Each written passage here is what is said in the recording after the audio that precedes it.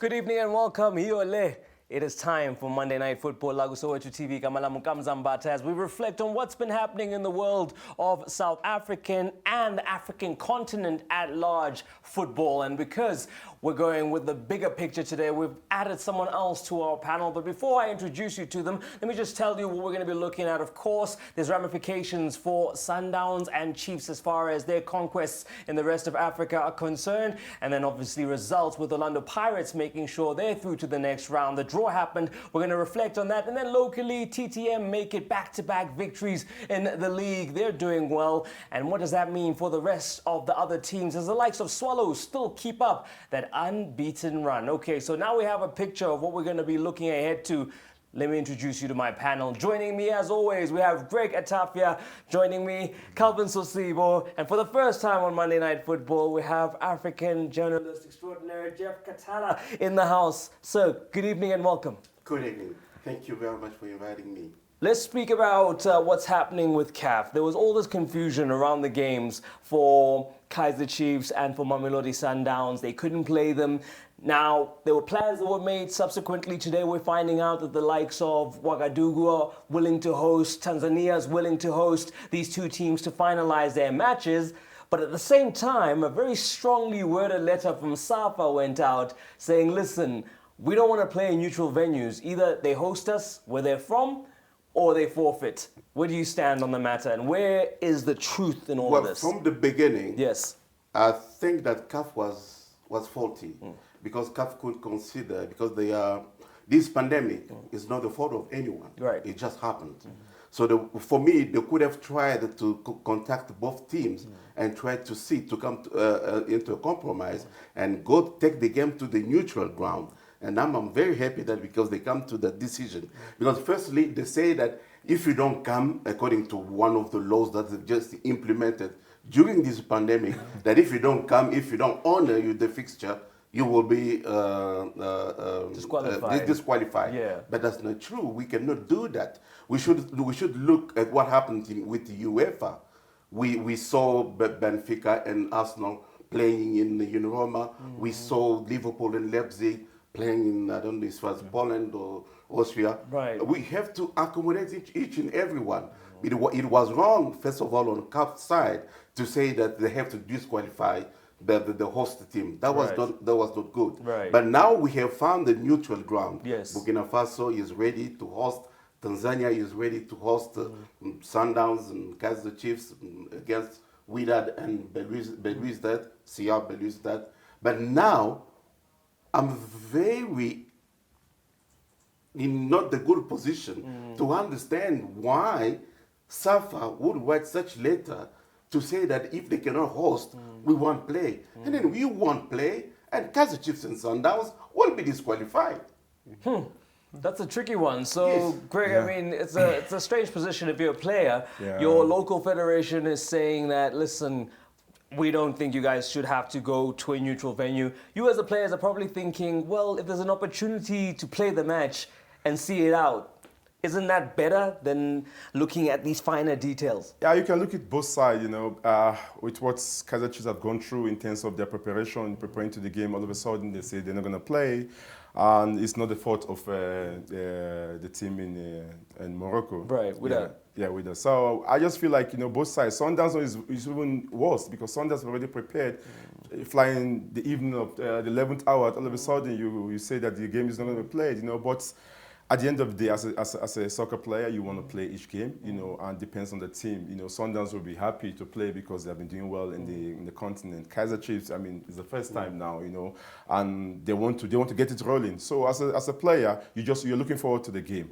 But in the neutral ground, it's a big thing because now you have advantage because it's not their home ground. We meet in the neutral ground. It happened with Celtic, with SAFA saying that even the national team, the club side, they're not going to go there. I mean, it's too early. It was too early for them to release that statement. Now all of a sudden, if, as Jeff alluded to, if they don't go, they're 2 points, and 2 goals and 3 points will be taken from there, and which you don't need that to start that with in your group stages. So, Jeff, is SAFA using CAF's own rules against CAF in this situation? But CAF has changed. Right. Because this is what we were looking for. Right. That to say, no, we won't disqualify any team, or we won't deduct a point from any team, but we have to work together Right. and find a common ground. Yes. You know, a neutral ground, which has been found. So it is up to both teams to go there and play and honor the fixture. That's it. Simple as that, Calvin. I mean, when you're looking at the situation from someone on the outside, people were saying they were so happy to see SAFA stand up for us. But, you know, sometimes there's times to take principled stands, and there's time, like Jeff says, maybe to find solutions.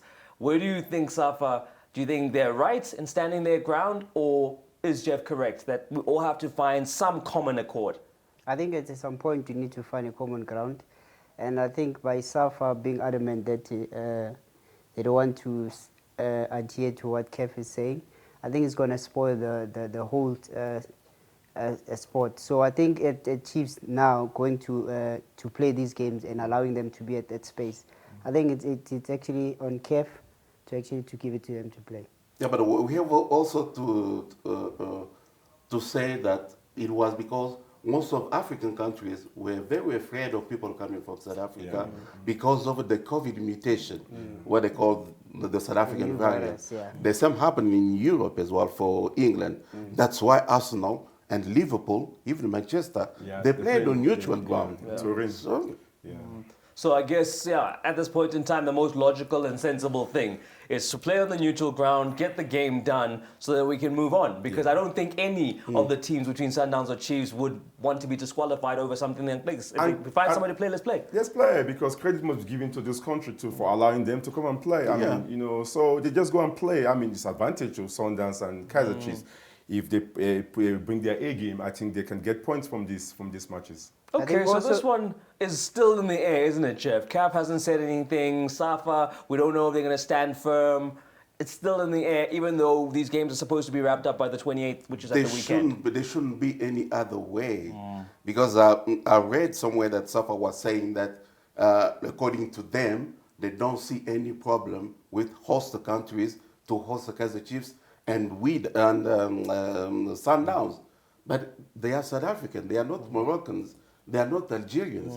Algerian and Moroccan government are free to decide that for the safety of our citizen, we don't want you because of A and B. Just like they did for Morocco refused to host AFCON for Ebola. Yeah. Exactly. Okay, so actually, at the end of the day, it could work, like we say, to the advantage of the teams from SA. If they play on neutral venues, it means that they don't have the home crowd backing their opposition. So it could work to their advantage in that instance. And maybe it might be part of Orlando Pirates' journey, as today they learned their fate as far as the groups are concerned. They'll be alongside Nigeria's Enyimba. They'll also be alongside Satif from Algeria and Ali Benghazi from Libya. Your assessment, sir, of that group, Mr. Katala, those teams that they're up against. Because I see here Enyimba second in the domestic league behind Kwara, Satifa first in the Algerian league, and Morocco's just gotten, Libya's just gotten underway, so it's too early to say. Absolutely, because I was afraid, you know, when I watched the hats in which teams were placed, I could see that there could be a very good combination of Setif, Orlando Pirates, Raja Casablanca, and Ali Benghazi. And I was much afraid of Raja Casablanca. But now they're out. I see Setif and Orlando Pirates making it through. And Orlando Pirates was there already. They have played in the final of CAF Confederation. You know, when we talk about Nigeria, you know, Enyimba is not in a good position. No, you must put Enyimba. They have game in hand. Eh? Why must you put Enyimba? You know, because in the league, if they win the 2 games in hand, they're going to be top there. So you need to give them credit. But they weren't convincing on their way. They had to result the penalties. The only Pirates are the one who scored and kind of made it, you know, 4-0 at the end of the day. But the other teams I'm looking at was penalties for 2 teams and the other one on aggregate. Yeah, but definitely, you know, they're playing against, you're playing, the same team, you know, local league, you're playing Rivers Angels, and you playing Enyimba is playing, you know, so it's a derby. It's like a derby there back home there, you know. But they were lucky, you know, they didn't get scored 2 goals, because when they went to penalty, they have a good goalkeeper that saved 2 penalties. But at the end of the day, now they're in the group stage now, which is very important. And Enyimba, you remember Enyimba once champion the Champions League, you know, they won it twice, you know. But the Confederations Cup, I think the last time they went out in the semi-finals. So I just hope this time they can go further. Okay, so you're hoping for the good old days. Craig? Yeah. Oh, backward in your mode. Let's see how that pans out. But let's talk about the performance of the weekend, because if anything, it gave the coach an opportunity to shuffle his pack. The likes of Bongani, Sam back in the mix. We had Muowo and Mundele start a game together. So as far as, you know, getting a casting his eye over his squad, the coach would have had the opportunity. But also, I guess it's an opportunity to impress for the players, especially in such a tough group. Yeah, it's always good for players to actually to show up and be given opportunity in this stage. And I think most of the players that were actually thrown into the pool did very well. Even though the game was slower, it wasn't that fast-paced game, but at least Pirates managed to not to concede, which was good. So it gives them an advantage.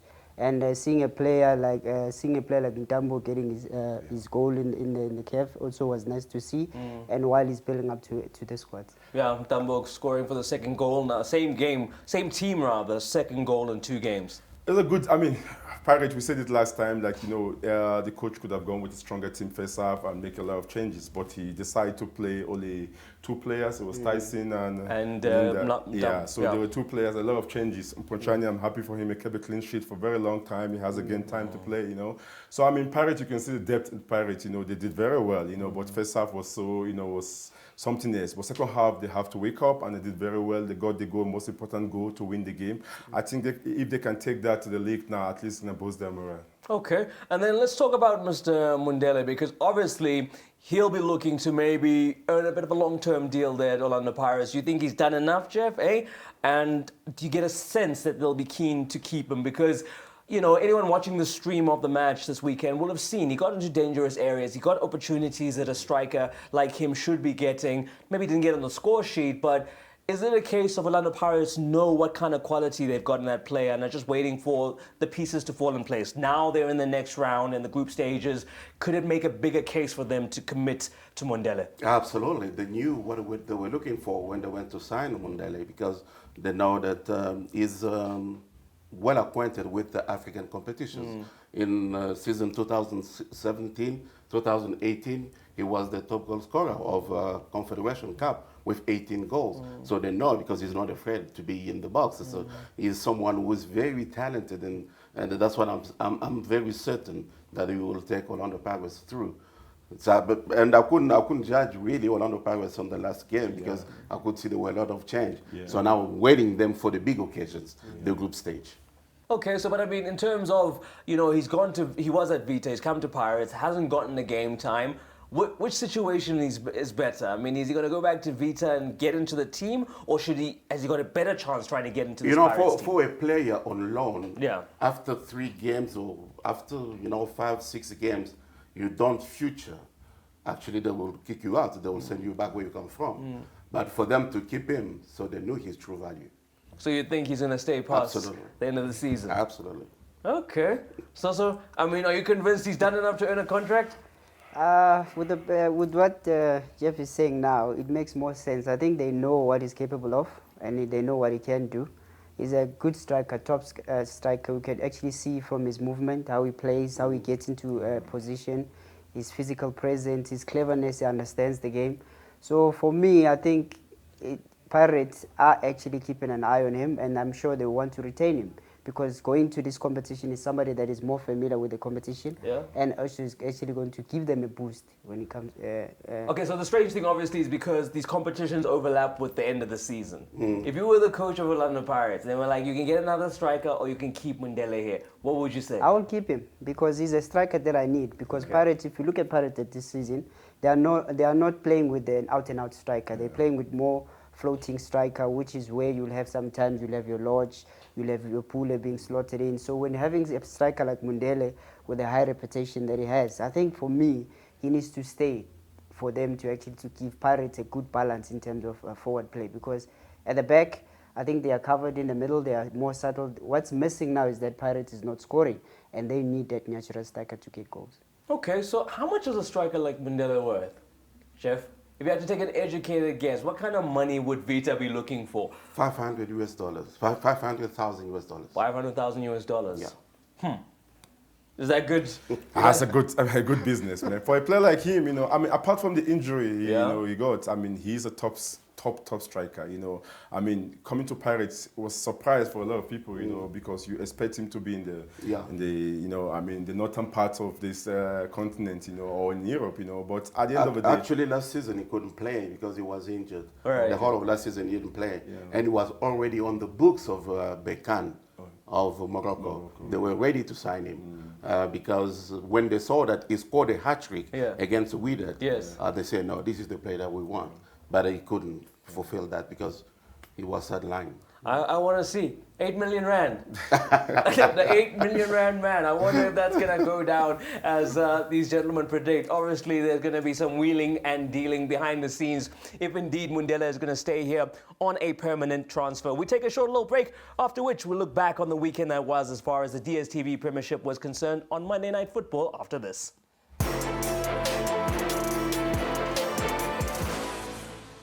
Welcome back to Soweto TV for Monday Night Football as we reflect on the AGM that was this weekend for COSAFA, an opportunity for them to bring out a ringing endorsement of someone who's going all in this week as far as his candidacy is concerned. I'm speaking, of course, about Dr. Patrice Motsepe, who's gotten their commendation and also the backing of one Mr. Infantino from the world governing body for football. Jeff, what are the ramifications of this? Because for the longest time, we've all been wondering, what is the plan? What is the manifesto? We find out at the weekend that it's coming on Thursday, but at the moment, what do you think is the perception? I mean, he kind of did allude that he wants to be a unifying force, didn't he, Dr. Motsepe? Well, there's a big tsunami when it comes to CAF presidential election.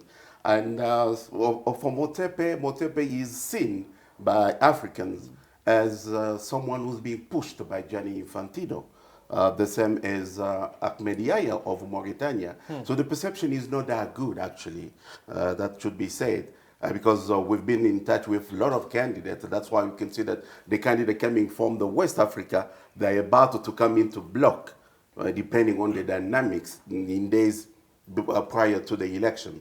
But for Patrice Motsepe, he had to do more than that. You know, this is the first time that he's out campaigning, and also his opponent was saying that he didn't follow the protocol in submitting his candidature, you know, his application, because it was said that the candidature should be couriered to CAF, but his was sent by email. But even though he was still going through, and that didn't range a lot of people in Africa. Why does he have a special treatment? Why does he have such kind of favor? And they say that he is a businessman. He doesn't need really that. Will he have time to sit in Cairo, not running his business? Will he have sufficient time to dedicate to football in Africa? But because we want change, we thought that after Issa Hayatou, there will be Ahmed who will change the fortune. Right. But it didn't happen.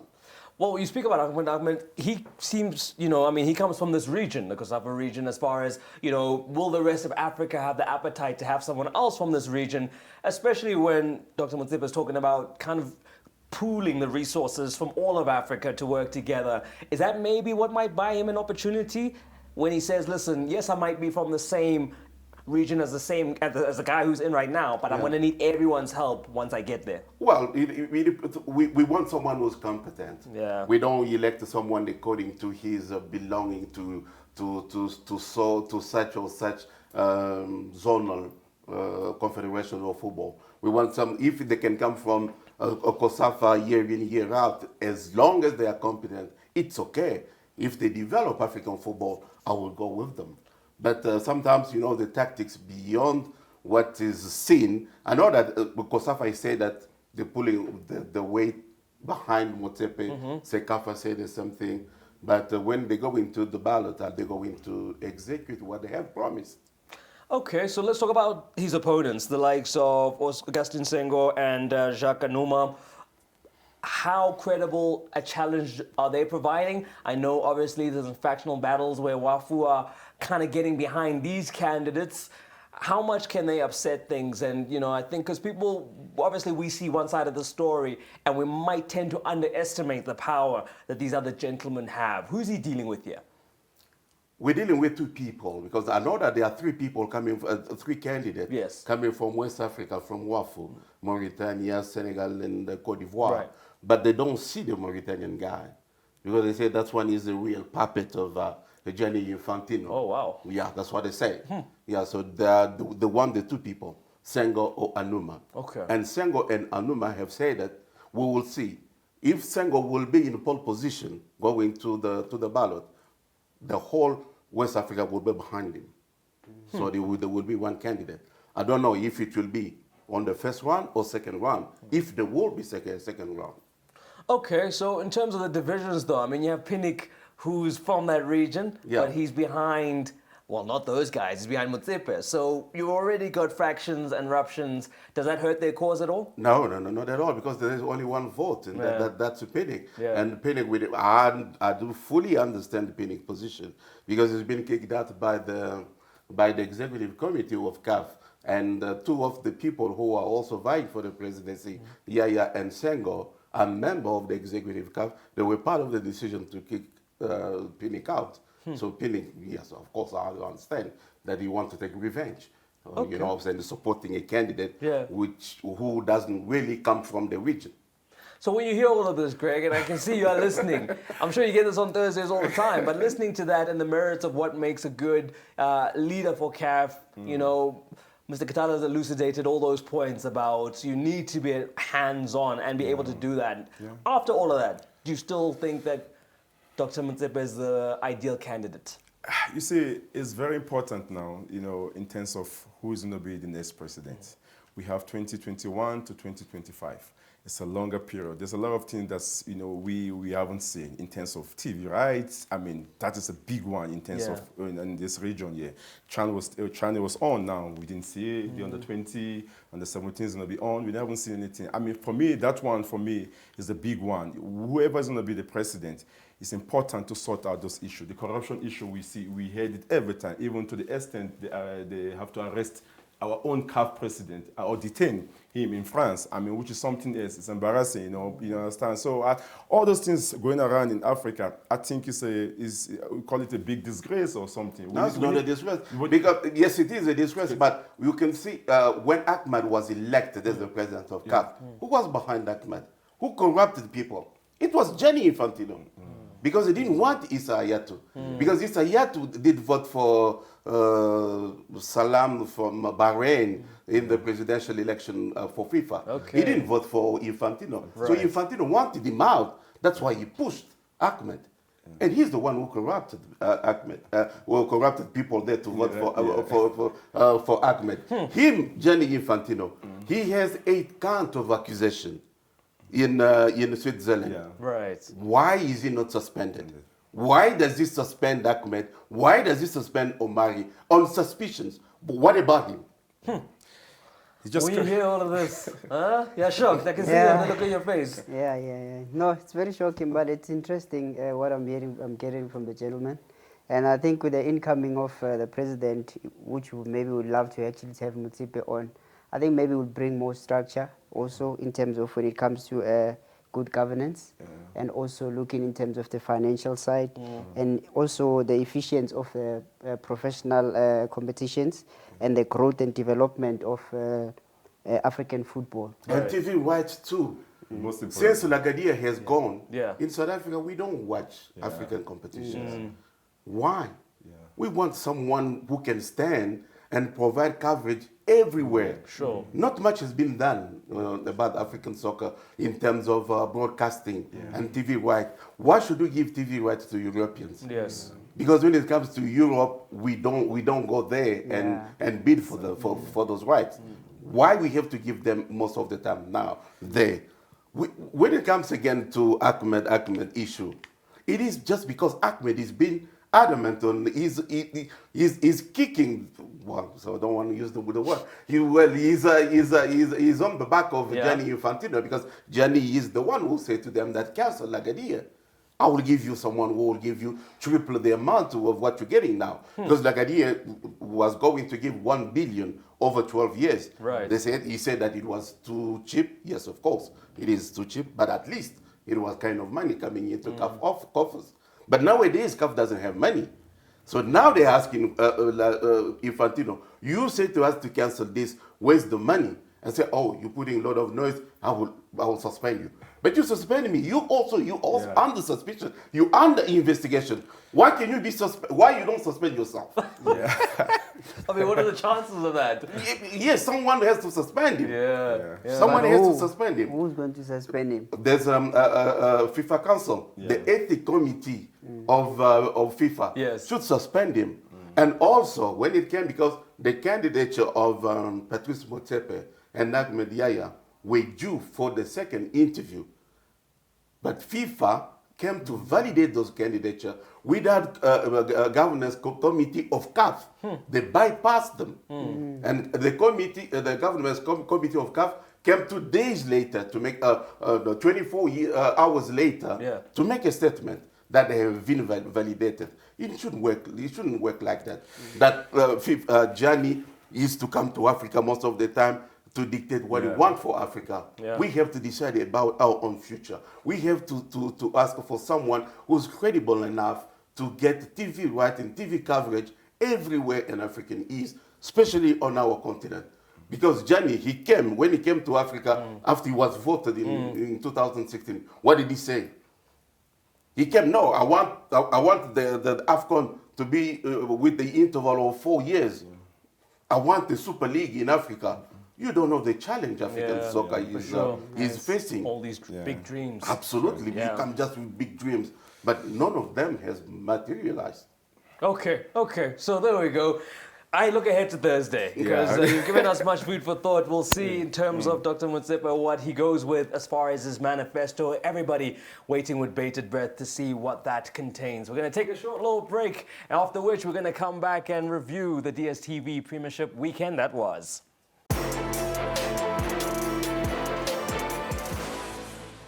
Welcome back. Manje sisibuye ekhaya just to focus on what's been happening in the DSTV Premiership. And at the weekend, it saw a battle between Matsatsantsa Apitori in action against Amakosi. And it was a good start to the game for Kaizer Chiefs. But we're going to reflect on something here. But maybe, you know what?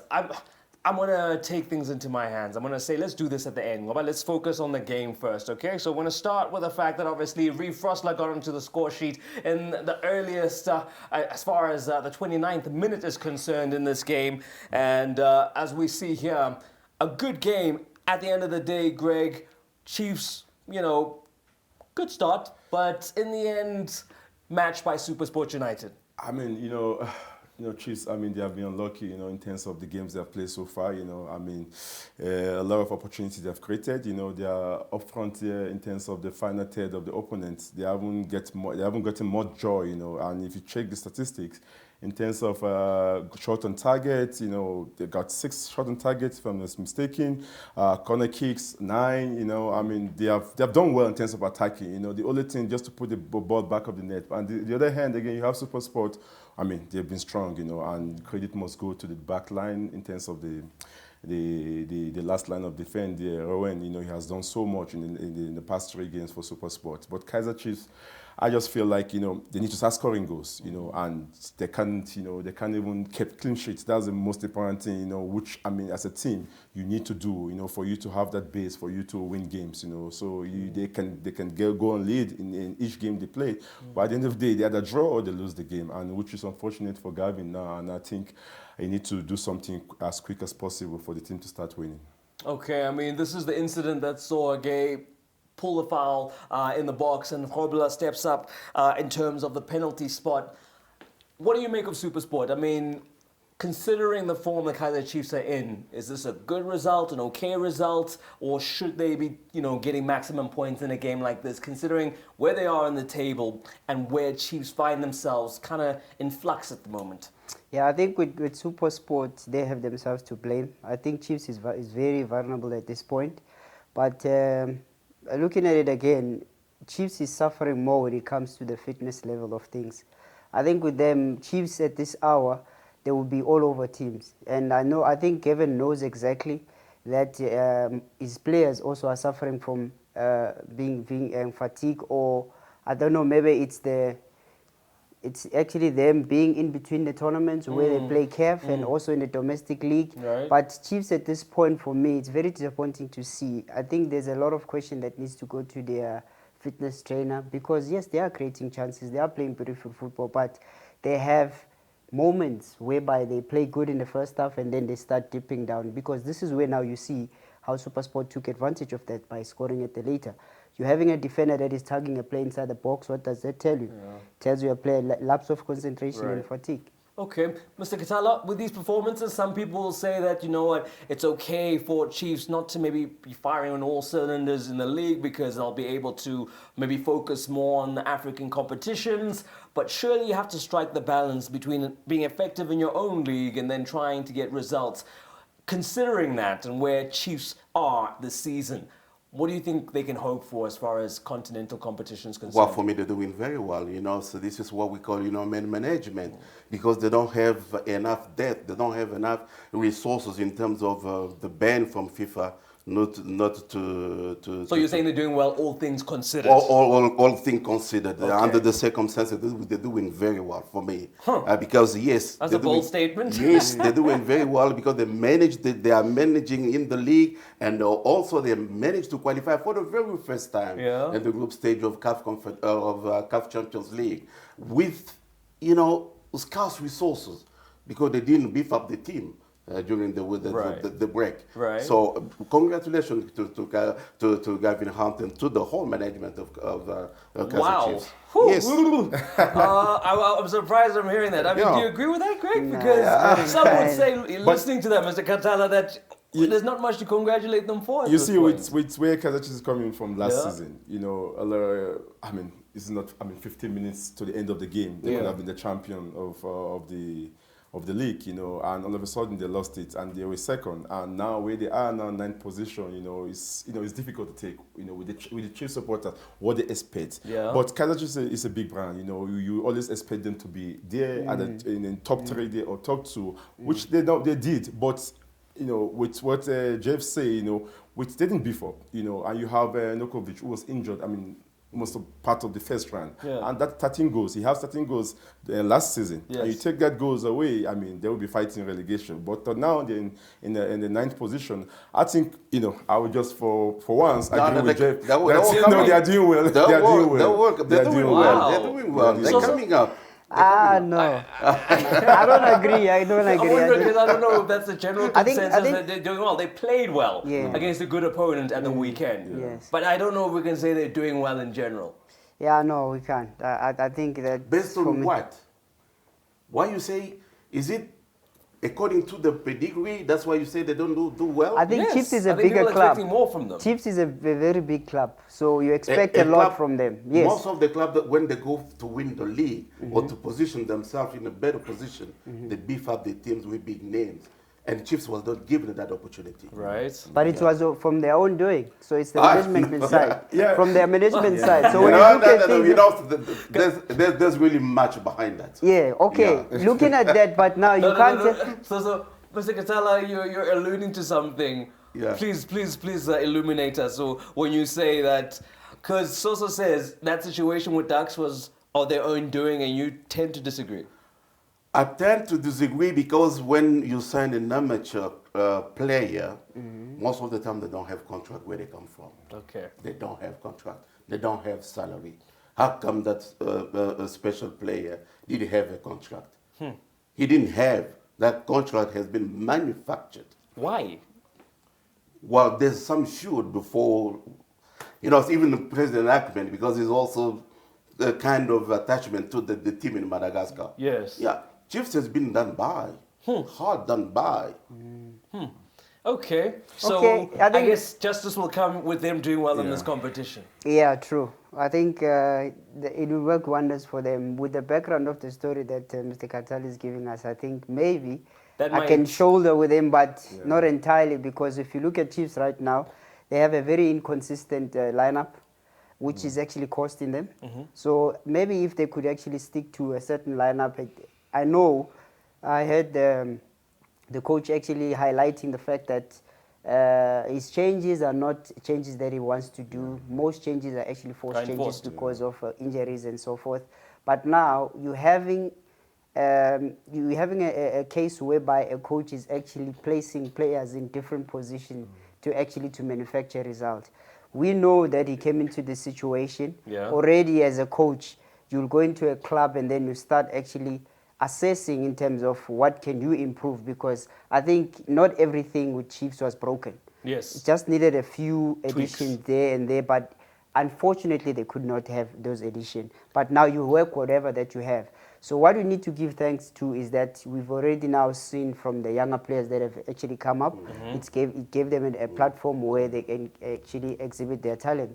So it's good to see. So even though Mr. Katala said that they're doing well, yes. It's with an asterisk. Yes. Chiefs are doing well, asterisk, all things considered. Yeah. There we go. It's So- that simple. We'll place it like that. Yeah, I mean, with Chiefs, what can you say? Because of the expectation and what they have done last season. Right, but And it must the be tempered by the yeah, fact that they yeah. haven't been able to invest, and there's nothing they can There's do. a lot of things. There's a lot of things you can, they can. Gavin need to finish the season and give a new season and say, go get your players. The one, because I know Gavin. You have coached me for under 10 years, and he liked to play with wing players. Yeah. And you check the Chiefs side, he's just trying to accommodate. Yeah. As Kevin say, sometimes the injury forces you to change players. We expect Fosler to be up front there trying to. Like And if they don't have enough depth, That's the problem. So now you try to bring the MDC guys, which are doing well, and now you can see Chiefs actually have a good development, because with the guys that are coming in now, they've raised their hand up. Coming new season, they will be competing with the top stars too. Okay, let's but talk about also one of give the them elder credit. statesmen. When Chiefs had the power to beef up the team, season in, season out, they couldn't qualify for the Champions League. Right. But this time around, they have qualified. For me, they're doing marvelously well. Yeah, but when was the last time Kaizer Chiefs broke the bank and bought a star? Yeah. Not waited for them to To come on a actually free in their contract. last When was the last time this glamorous Hollywood club said, here's a big signing? But as long as they are allowed to get to beef up, even if the player is out of contract or he is on contract, it doesn't matter. It doesn't matter. He becomes the player of Kaizer Chiefs. But this time around, they didn't have such opportunity. And they're doing with means at their disposal. And I can't say they're doing bad. No. Okay. I think also- Okay, let's talk about Willard KATSANDE, because he came in for some criticism this weekend. He got substituted. The man went and had a shower, came back out, hopped on his phone, saw if it was trending or not. I mean, there was no freeze about this. There's nothing. Okay, checking the state of Chiefs. But the game is on. Yeah, the game is on. there's a player that got injured, went to the dressing room. The family might be, try to check on him. They don't know how bad is the injury, So something might be. But this is not. You have Hazard before game. They won Madrid before game. He was on his phone 5 minutes before game. Sometimes it's something else. It's not. I don't think there's nothing. There's nothing. I cannot understand why we're making so much fuss about it.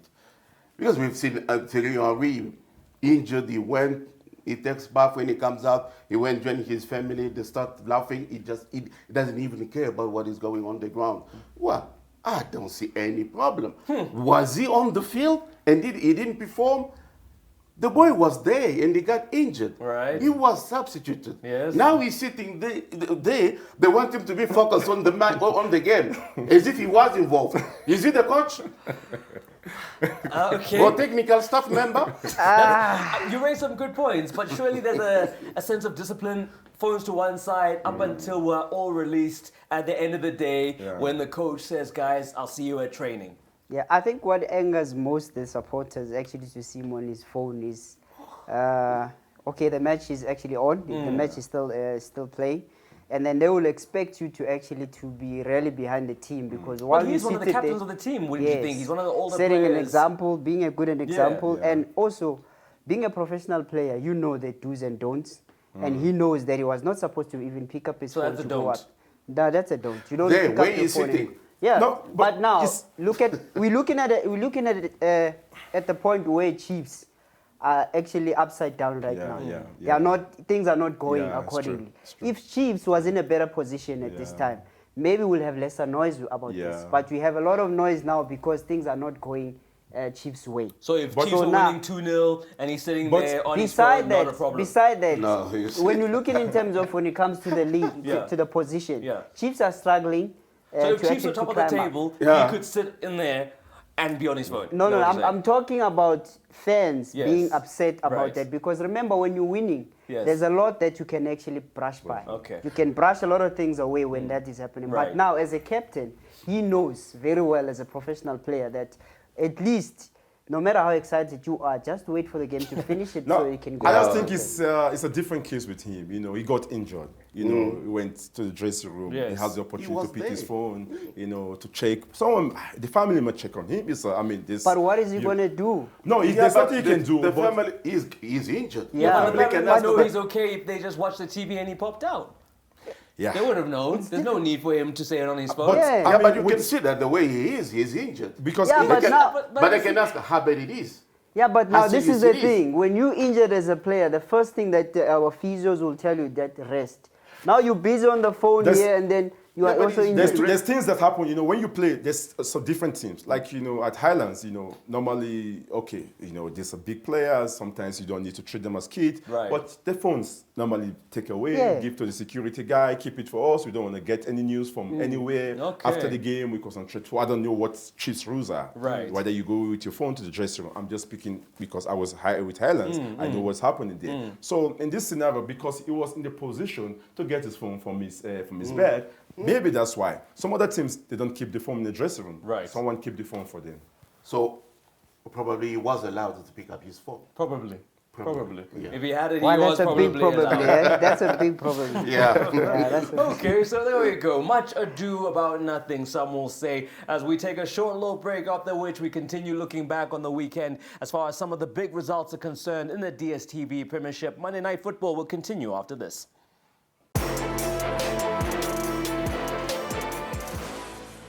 Welcome back. You're on Soweto TV for Monday Night Football. Up at best 10, there are the latest winners of the Q Innovation second quarter, just ahead of the table-topping Mamelodi Sundowns as far as that's concerned. And they're also joined by the likes of Supersport United, AmaZulu, and Orlando Pirates, who are all on 12 points. They finished in 3rd, 4th, and 5th, respectively. Greg, it speaks to the job that Mandla is doing. You know, we all thought that after that 4-2 defeat to Cape Town City that the wheels were going to come off, but instead it seems like the team has gotten stronger. I mean, this team, you know, there's no stars in this team, you know, work for one another. They're great, great players, you know, the likes of Mnangwana, the keeper. I mean, once, you know, keeper have done very well for them. You have Dube, you have Sibisi, you have Lunga, you have Piri.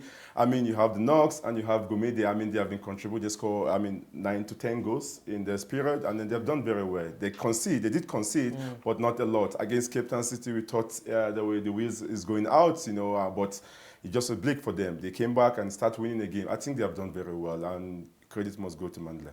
Now, I mean, I'm looking at this, the likes of, you know, Sundowns, Swallows, Supersport, Cape Town. They were all part of the first Q1. You don't even hear about, you know, Golden Arrows in the mix there. And then for them to come above all these teams that, Jeff, we probably thought would be better placed to make a better charge for being at the top part of the table. Well, it doesn't come easy. It takes a preparation, you know, and the determination to come and fight the big gun, the so-called big gun, to try to topple them. But I'm very amazed by the progress that we've been making on the field. And this proves that if you have the right people in the right place and give them the liberty and the freedom of doing what they're capable of achieving without any interference, they are able to achieve such marvelous results. Okay, well, let's talk about the team at the top more in the mix there as we speak about the likes of Swallows FC and, of course, Cape Town City. They played at the weekend and they played out to a 1-1 draw. It's the 5th now for Morocco Swallows. But as far as perspective is concerned, I mean, is this another good draw considering their circumstances? I mean, if we're putting asterisks here, all things considered, new team, first time back in the top flight to be boxing amongst the best at the top of the table, but with a draw again, the 5th one in a row. Are you judging them or are you saying no, they're consistent, they're still in the mix? I think for me they're still consistent because they haven't lost. So having draw than a lose, I would rather take a draw because it goes a long way. It goes a long way to have 1 point than to lose all 3.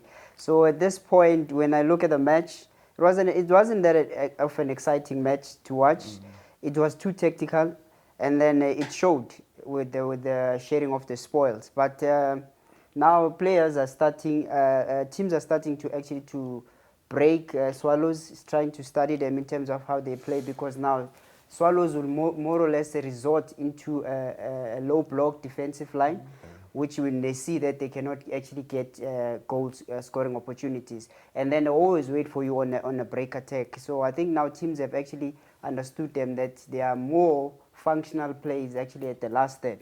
So if you cancel that out, because you can see now with Hamaldin is being frustrated now as Grobler still going up and up, and he's still staying at the same score level. So I think he'll be frustrated at this point. This is when now they actually to look for another avenue to manufacture goals, because now they've been solely relying on him. Would you agree? The surprise element is gone? Surprise element? I didn't see, there were no surprise elements. It was just the team. Well, weren't you surprised how No, well I they were wasn't doing? surprised that, because the way Swallows was playing. Yeah. No, they did very well. They did get a very good recruitment. I was not surprised, because they couldn't. There was no way, Mr. Katala, you would have bet that Swallows would be in this position. Beginning of the season. No. Because now you see now what is happening with the 5-0. It is because the five draws, yes. Yes, it is because the players have given so much at the beginning of the season. Yep. There comes at a certain point where they get, tired, because they are using the same material, week in, week out. Now you have to come up with another strategy now, because as you said, the opponent have seen the way you play, Right. so they have studied you. So now you have to come up with another strategy to overcome your opponent for the second phase of the league. Okay. Just giving them a credit, I think Swallows is a well-coached team. Yeah.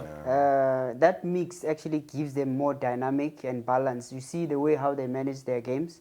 They play enterprising football. They actually work on the opposition's weaker points, which is, for me, it says a lot about the coach, Truta, to say that he always watches matches, analyze opposition.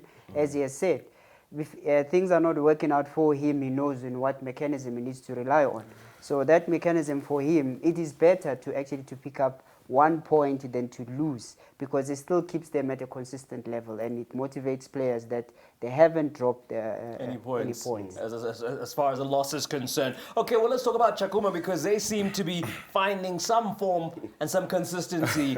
Back-to-back wins now under new management. It seems to be kind of, filtering down the structures of the club, and the results are there to see. Once again, Thabo Mnyamani involved in the mix. He's at the heart of everything that's good. What do you make of that victory?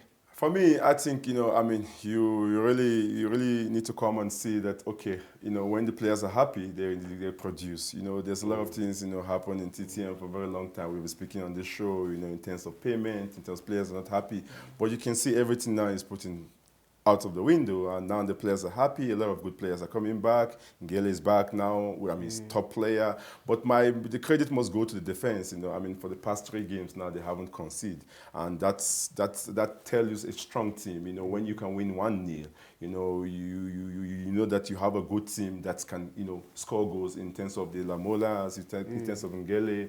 A lot of good players there. So, but at the end of the day, I just think they need to be consistent. And don't forget, Stellenbosch now that have been drawn into that zone now, because they, TTM have 15 points now, Stellenbosch have 15 points now. Yeah. Stellenbosch once in the top 8 now, so it's not far away. The team in top 8 and teams on the bottom, apart from Maritzburg and Black Leopard, who just have 9 points each now. Yeah, so 6 points is the gap. Yeah, so 6 it's not points much. gap. So if you are consistent with your runs, 2 games now and they're up there. But at the end of the day, I just pray they can keep this consistency going. And don't forget Danny Kelly, the coach. For sure. Well, let's talk about their run-in, because the teams are back in action on the 2nd of March. Now, Chakuma is going to be taking on Kaizer Chiefs. And then Stellenbosch take on Mamelodi Sundowns. So for TTM, you might feel like, okay, cool, let's keep the momentum. We're against an out-of-sorts Kaizer Chiefs side. And then when you're Stellenbosch, you're thinking, let's bounce back. But how you bounce back against Mamelodi Sundowns? Yes, but the name of Sundowns can be very daunting, but it doesn't mean they are not invincible. Stellenbosch can still come back when you expected them the least. And see that they can also Mr. Jeff, not beat Sundowns. Sundowns. But then I'm coming. But with the form Sundowns is in right now, and the way Stellenbosch is playing, I don't see them really beating No, for Sundowns. sure. 7 games without a win. I think- But when it comes to Chakuma with a type of management style, and I'm very happy with that because we're coming back. We know, when 6 points in 2 games is a lot. It's a lot. It's a lot. And you now go into Kaizer Chiefs, and Kaizer Chiefs, sometimes they say that they're not doing very well, but while I say that they're doing very well under circumstances, that needs to be seen. But Chakuma they are not afraid of playing Kaizer Chiefs in current circumstances. For sure. Yeah, they're going to turn though. So I'm looking at a TTM that does not have to be overconfident. Looking at the Chiefs' position, they are more in a worse position than Chiefs. And Chiefs, again, you have to be considerate that they're a big club. But I'd like to congratulate TTM for what they've done. I think maybe the change of environment or having a new set of management, they've actually brought in that spark to the players. And you can see now, senior players are starting to get the wheels turning, motivating each other, because there's nothing as good as knowing that at the end of the day, you are given what you work for. Now, at the current situation that they were, the past situation that they were in, whereby you had salaries not being paid on time. I think also I'm considering the fact that maybe the training facilities or the environment that they're in is more conducive and gives players the freedom, and they are more happier now, which is why they're delivering the points. Okay. But You can consider Chiefs now they're going to the Champions League, playing on the 28th, coming back. That would be that would be a big turning point. Depends who they're taking to that game, and depends the players they're keeping at home, because now they're a big team, so they need to balance the two. So which one is more important? They want to stay in the top 8. I think if they stay top 8 in the season, they have done very well. But Champions League is more important for them. Okay, let's see how that one pans out. And just to wrap up, as far as the results, Baroka obviously winning the Limpopo Derby 2-1, and Chipa and TS Galaxy, they played out to a 1-1 draw, 2 penalties just after the hour mark in that game. So what we're going to do now is just focus very quickly, because in the news are some bad boys of South African football. I mean, we're speaking about the likes of Bongani Zungu now coming into the news cycle just because of what's happening at Rangers, one of 5 players to break COVID protocols.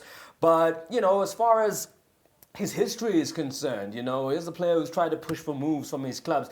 Here's a player who's spoken about the national team coach and his teammates on social media.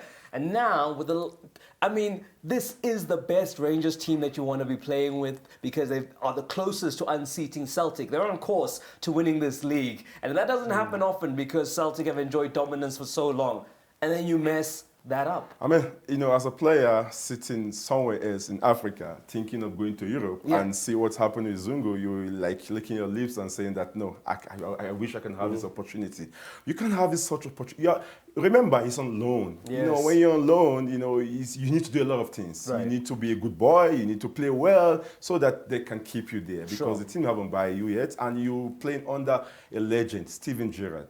What more? All those other things, with the circumstances in the world now, those things you need to, the season now is short season. 6 months, you finish, you can do whatever you want to do off season, but not during the season. And most especially, you are playing the champions, the Europa Champions League. Sure. Which is very important. You're going to Belgium. You want to, you want to be in the limelight. Apart from Tau, he's the next big team in South Africa. He's playing a big team like Rangers. I just think it's uncalled for. People that give him advice. It's a missed opportunity, isn't it? Because you have, like Greg is saying, an opportunity to put yourself in the shop window. Yes, maybe you don't end up staying at Rangers, but if you get the game time and you go about it as a professional, other teams in the region maybe have an opportunity to cast an eye over you. This is a single occasion that comes up once in your life, and especially for Bongani.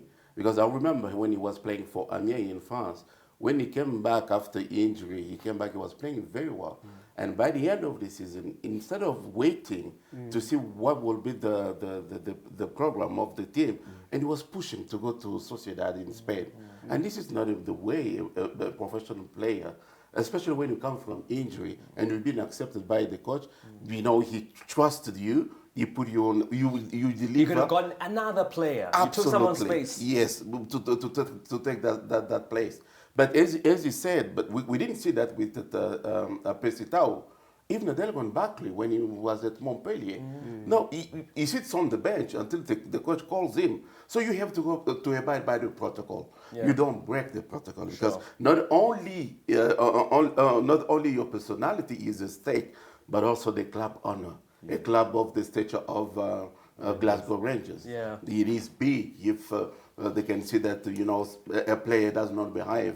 And especially when you're on loan, you make a lot of sacrifices. Yeah. You don't go out, you don't date. You date for them. Yeah. There we go. You are on your best behavior, pretty Yeah. much. And Bongani Zungu hasn't been, and we hope somehow, I don't know, I hope there's a way for him to rescue the situation, because like I said, he's in a good side who could make big moments in history as far as the Scottish Premier League is concerned. We're out of time, but not before I can tell you to look ahead, of course, Golden Arrows in action against Black Leopards, and then on Wednesday, Galaxy take on Bloom Celtic with Supersport United in action against Orlando Pirates. So that's a big cracking one to look forward to. Gentlemen, thank you so much for your time. Thank you. It's flown past to my two regulars. Good to have you. But sir, we really appreciate your insights as far as what's been happening with the rest of African football. Thank you very much. Okay, so there we go. We're done and dusted for yet another week of Monday Night Football, Lagos Soweto TV. As always, we continue to exist on the socials. Catch us on Twitter or on YouTube if you missed this episode, which will be repeated right here on the channel as well. For myself, Manqoba, and the team that made this possible,